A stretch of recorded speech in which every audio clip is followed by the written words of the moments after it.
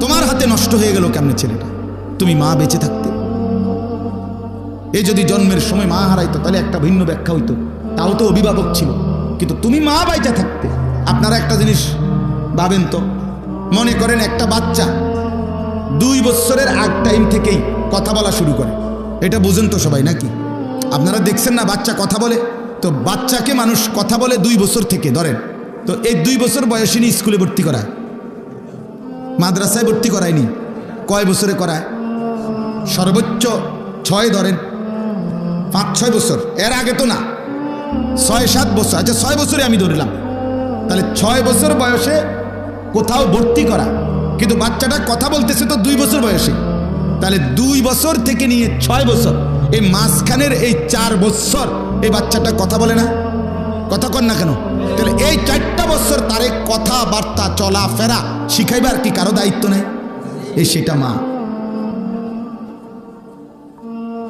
সেই দায়িত্বটা মার।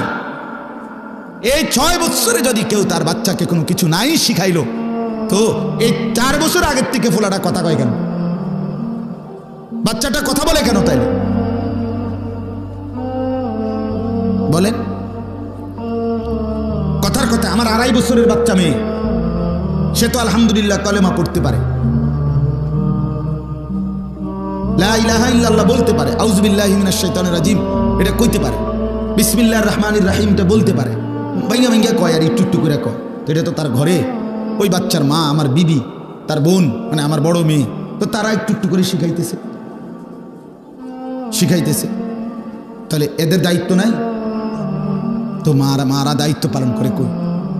মারা জিন্দিগি বানায় নিছে, তাদের সাজগোজ, গহনা অলংকার, নিজের শরীরের কাপড় চোপড়, এইটা যথাসম্ভব বাজার মার্কেট থেকে কিনা, আর বাকি টাইম রান্নাবান্নার অতিরিক্ত তারা নাটক, সিনেমা, টেলিভিশনের সামনে কিংবা নিজ মোবাইলে এই টিপতে থাকা, এ খালাস, এই জিন্দিগি।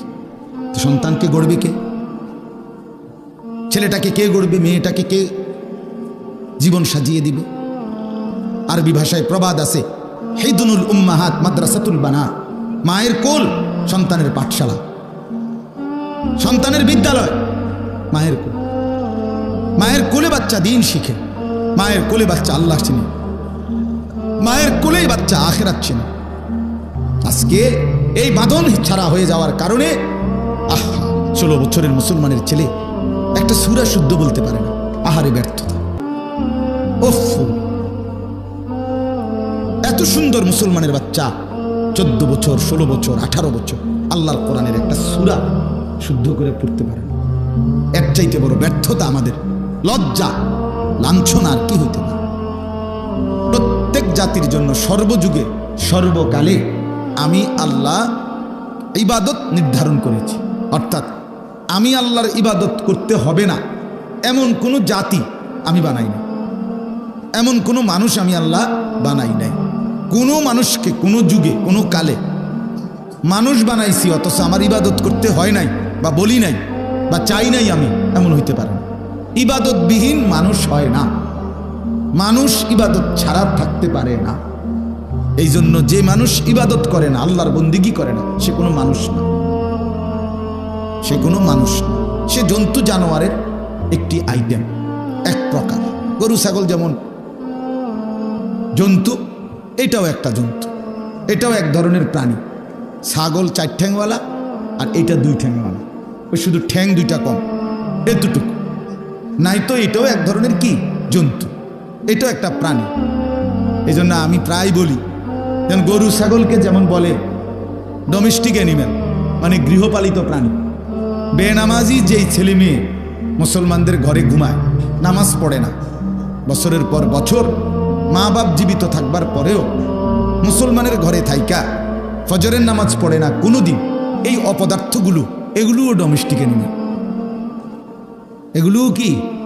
হ্যাঁ, এগুলোও গৃহপালিত প্রাণী, অর্থাৎ এগুলোরও ঘরে পালে। ছাগলরে যেমন ঘরে পালে, গরুরে যেমন ঘরে পালে, হাঁস মুরগা যেমন পালে, তো এই মা বাপও এই কিসিমের আরো কতগুলো প্রাণীকে পালতেছে।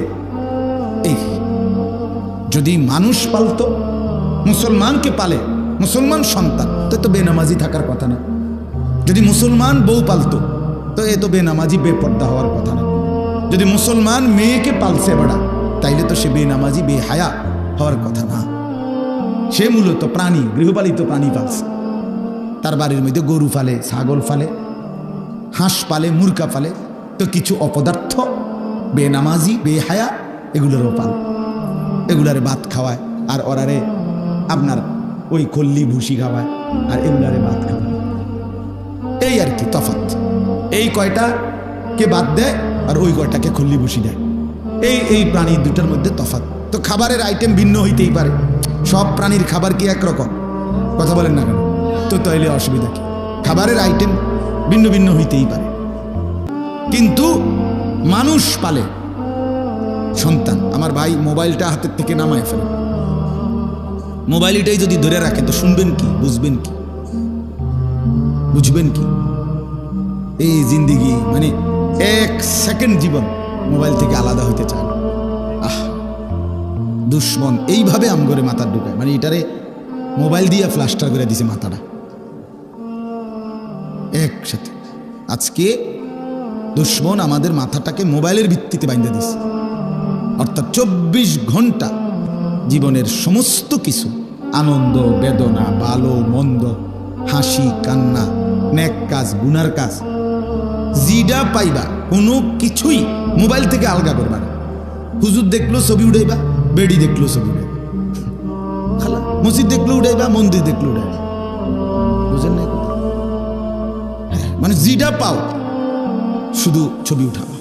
মোবাইল মোবাইল ছাড়া চলবে না এক মিনিট, ভালো হোক মন্দ হোক যেটা হোক। এটা এই যে এক মানসিকতা আমাদের, এটা আমাদের অধপতন, এটা আমাদের পরাজয়, এটা আমাদের ব্যর্থতা, অনেক বড় ব্যর্থতা। কেউ আপনার এটা বুঝতেই চায় না যে আমরা ধীরে ধীরে কোন দিকে যাচ্ছি। এই মোবাইল শেষ পর্যন্ত আমাদেরকে কোথায় নিয়ে যাবে? এই ছেলেদেরকে কই নিয়ে যাবে? মেয়েদেরকে কোথায় নিয়ে যাবে? আহা, কত লক্ষ পরিবারের সবকিছু এলোমেলো হয়ে আছে। স্ত্রী উল্টা চলে, স্বামী উল্টা চলে, মেয়ে উল্টা চলে, ছেলেটা উল্টা চলে। সব কিছুর পিছনে দেখবেন এই বড় মোবাইল, মোবাইলের আসক্তি সব পুরা ফ্যামিলিটাকে, হাজার হাজার কোটি কোটি ফ্যামিলি তছনছ করে দিছে। কেউ কারো বাঁধন মানে, কারোর সাথে কারো কোনো সম্পর্ক কিচ্ছু নেই। ফুলা ফুলার মতো, মাইয়া মাইয়ার মতো, বাপ বাপের মতো, বেড়ি বেড়ির মতো। বেড়ি ওই এঘরের হেঘরের বেড়িতে লগে আড্ডা দেয়, এবটা গিয়া সাদোয়ানে আড্ডা দেয়, পোলাফাইনে পোলাইনের সমবয়সীদের সাথে আড্ডা দেয়, মেয়ে মেয়ের সমবয়সীদের সাথে আড্ডা দেয়। সবাই আলাদা আলাদা আলাদা আলাদা। এটাই পরিবার? এটারে বুঝি পরিবার বলে? আল্লাহ তাআলা মা বাবা ছেলে মেয়ে এই বন্ধন এই জন্য দিছেন যে যার মতো চলবে। বলেন বাস্তবতা কি? ইনসাফের কথা কি? এভাবে কথা ছিল। বাপের চুল একরকম, ফুতের চুল আরেক রকম, মার বোরকা একরকম, জির বোরকা আরেক রকম, শাশুড়ির বোরকা একরকম, ফুতের বউর বোরকা আরেক রকম। হ্যাঁ, বাপে যায় মসজিদে, ফোলা যায় আপনার শয়তানের আড্ডায়। এটা কেমন কথা বাপ? এভাবে ছুটে গেলাম কেন? আমরা টোটালি ফ্যামিলি ছিন্ন ভিন্ন করে দিচ্ছি, সবাই আলাদা হয়ে গেছে। বাপের সামনে ছেলেটা নষ্ট হইতেছে, এবার কোনো মাথা ব্যথা নেই। মায়ের সামনে মেয়েটা নষ্ট হয়ে যাচ্ছে, মার কোনো টেনশন নেই। এবারই বুঝে মাইয়া যে ফোলার লগে কথা কয়, মেয়ে যে আপনার চরিত্রহীন হয়ে যাচ্ছে এটা বুঝে। এটা মানুষের চেহারা দেখলে তো বুঝে। কারণ আপনার মেয়ে 14 বছরের 16 বছরের মেয়েটা এতটা সাইজা গুইজা রঙে ডঙ্গে কই যায় আপনি বুঝেন না? কারে দেখাইতে যায়, কারে দেখাইতে যায়? সে কি এটা বুঝে না? মা বুঝে না এটা? মা সিরা খায়? বলেন ইনসাফের কথা হলো এটা। আজকে এই বড় মোবাইল আইসা শেষ আমাদের পুরা আপনার ফ্যামিলি তছনছ করে দিচ্ছে। সবাই আলাদা হয়ে গেছে। প্রত্যেকের একটা বাসে উঠে দেখেন, আমার কথা আপনি বিশ্বাস হলে দেখেন, একটা বাসে উঠতে দেখেন আমনে প্যাসেঞ্জার যদি 30 জন হয় বাসে, কেউ কারোর লগে কথা কয় না, সবাই যার মোবাইল নিয়ে কি দেখি। আপনি যেখানে যান দেখবেন ওইটা কি মনে যেন প্রত্যেকেই আলাদা আলাদা। আগে কিন্তু এই বাসে বইয়ে বইয়ে লগের সিটের বেড়ার লগে পরিচয় হইতে হইতে বন্ধুত্ব হয়ে গেছে, পরে তার বাইর বেড়াইতে গেছে, সবসময় কথাবার্তা হয়েছে, মানে মানুষে জিগাইতো আমি বাড়ি করি, হ্যাঁ কি করেন, তারপরে কোত্থেকে আসছেন, এইভাবে পরিচয় করতো। এখন আর করে একদম না। আপনার ফেসাব করতেছে, আমি দেখছি ফিলিং স্টেশনে যেখানে গ্যাস লয় তেল লয় ওইখানের ফেসাবখানায় এইতে ফেসাব করে খারাইয়া মুতে, এইখানেও ফেসাব করে নিচে দিয়া এদিকে মোবাইলটা হাতে টিপতেছে। আর কি পরিমাণ অপদার্থ! তুমি আসো জুয়েল, মানে দুঃখে বলেন না, মানে হাইওয়ান কি এরকম হাইওয়ান হয়? মানুষ কি এত ফালতু হয়, এত বাজে হয় মানুষ? আস্তাগফিরুল্লাহ, আস্তাগফিরুল্লাহ। সারাক্ষণ এটার থেকে আলাদা হতেই চায় না, এটাকে আযাব মনে করে। মোবাইল থেকে 1 মিনিট যদি আমি আলাদা থাকি আমি মরে যাব, আমার জীবনের কোনো আর আনন্দ থাকলো না। ছেলেরা বাপ, একদিন আফসোস করতে হবে যে জীবনের কোনো নিয়ম নাই, শৃঙ্খলা নাই। মনে রাখেন, এই জীবনের শেষ পর্যন্ত শান্তি নেই, এটাই বাস্তবতা। একদিন না একদিন হতাশায় ভুগতে হবে, আফসোস করতেই হবে, আজ কিংবা কাল করতেই হবে, কোনো সন্দেহ নেই। এই দেখবেন দেখতে দেখতে অসংখ্য ছেলেপেলের জীবন নষ্ট হয়ে গেছে, কোনো না কোনো দুষ্ট মানুষের খপ্পরে পড়ে, অসৎ বন্ধুর খপ্পরে পড়ে বরবাদ হয়ে গেছে।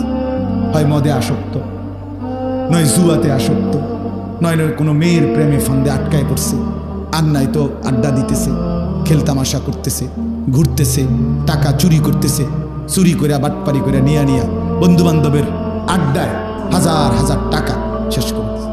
এই আমার কাছে কিছুদিন আগে এক ছেলে আসছে, সে বলতেছে হুজুর আমি 1 বছরে আমার বাবার 45 লক্ষ টাকা আলগা উড়ে এনেছে বন্ধু বান্ধবদের আড্ডায়, শেষ।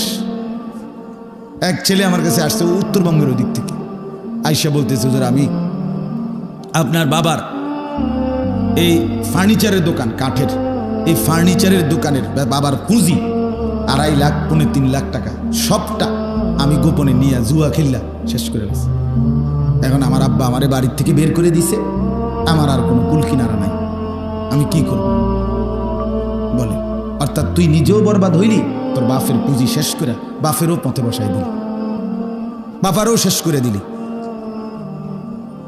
এই যে আসক্তি, দিন দিন অভিভাবক নজর দিচ্ছে না, ছেলেরাও নিজের মতো স্বাধীনতা পাইয়া নিজের গুড্ডি নিজে উড়াইতেছে, যা মন চায় তার কাছে সে তাই করতেছে। এতে করে একদিন বিশ্বাস করে, একদিন এমন জায়গায় গিয়ে থামবে আর ফিরতে পারবে না। নদীর কিনারায় পৌঁছে গেলে, পিছলা খাইয়া পড়ে গেলে আর উঠতে পারবে না। আল্লাহ তাআলা আমাদেরকে বুঝ দান করেন। এই যে কয়জন ছেলে বসছো ভাই, এটা বোঝা উচিত। আমার কথা পরিষ্কার, আমি বলে গেলাম, একজন বুঝলে একজনই। তুমি তোমারই নিয়ে ভাইব, আসলে যেভাবে যে চলতেছ এটা সুন্দর কিনা, আসলে এটা বুদ্ধিমানের কাজ কিনা, এতটুকু যদি কারো ভাবনা না আসে তো তুমি তো প্রতিবন্ধী, তুমি তো পাগল, তুমি তো মাথা খারাপ, মানসিকভাবে ভারসাম্যহীন। তুমি যদি নিজের ভালোটাই না বুঝো যে আমি কি করছি, এটা আমার উচিত কিনা না অনুচিত, এর দূর কি মানুষ বোঝে না? এতটুকু বোঝে না। আস্তাগফিরুল্লাহ। আজকে বড় আফসোসের ব্যাপার এটা। আমি নিজের কাছে মনে হয়, মানে মা, আজকে সমাজ দেখলে মনে হয় যারা মা বাবা তারা মনে হয় যেন বাংলাদেশের মানুষ, আর ছেলে ফেলে দেখলে মনে হয় ইউরোপিয়ান। চুল প্যান্ট, আপনি কথা বলার স্টাইল দেখলে মনে হয় যে এরা ইউরোপের কোনো ছেলে, অথচ বাপ মা মুসলমান, কিন্তু চুল জন্তু জানোয়ারের মতো।